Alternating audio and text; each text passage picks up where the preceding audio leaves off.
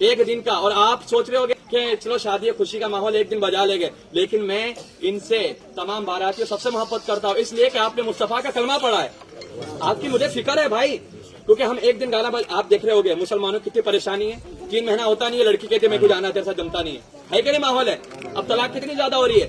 یہ نہیں ہوتا تو ایک ہی ہوتا ہے, ڈاکٹر صاحب دوا دے دو 3 سال ہو گئے اولاد نہیں ہو رہی.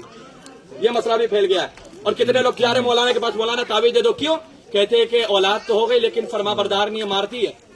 یہ وجہ کیا ہے؟ اولاد ہو رہی ہے تو نافرمان, یا تو اولاد ہو نہیں رہی ہے, یا تو بیوی ساتھ میں محبت ختم ہو جا رہی ہے, 3-4 مہینے کے بعد شادی طلاق ہو جا رہا ہے. اس کی وجہ کیا ہے؟ جو ہم ایک دن مصطفیٰ کی سنت کو ادا کرتے وقت گانا ڈی جے گانا ناچنا کودنا کرتے ہیں, اس کی نحوست کی وجہ سے شادی کے اندر جو برکتیں ہوتی ہے اسے اٹھا لیا جاتا ہے.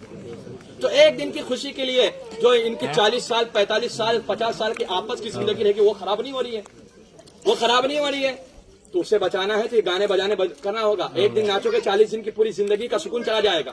ایک دن ناچنے سے سنت رسول کے دائرے میں رہ کر شادی اور نکاح کرو گے تو 45 سال تک اللہ اس کے رسول آپ پر رحمتوں کی بارش عطا فرماتے ہیں. سبحان اللہ. تو 45 سال کی زندگی کو اگر اچھا بنانا ہے تو شادی کے اندر خرافات کو ختم کرنا ہوگا. کہنے کا مقصد یہ, میں سنت پڑھ رہا تھا, اتنے دور سے گانا بجا کہ دماغ ہل گیا پورا, کہ یہاں پر خدا کی عبادت ہو رہی ہے, یہاں گانا بجتا ہے.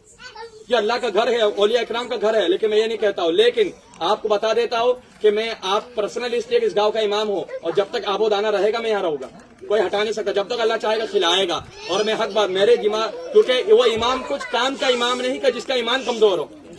اگر کھڑے ہو کے نہیں بولتا تو میرے پیچھے لوگوں کی نمازیں نہیں ہوتی, کیونکہ یار غلط ہو رہا ہے اور امام بولا نہیں, تو میرے پیچھے نماز پڑھ کے کیا فائدہ. امام بزدل ہے, بزدل کے پیچھے نماز اور اس کی ابتدا کرنا جائز نہیں ہے, حرام ہے. سمجھ رہے بات کو؟ تو کہنے کا مقصد یہ ہے, تو میں امام ہوں تو میں اپنے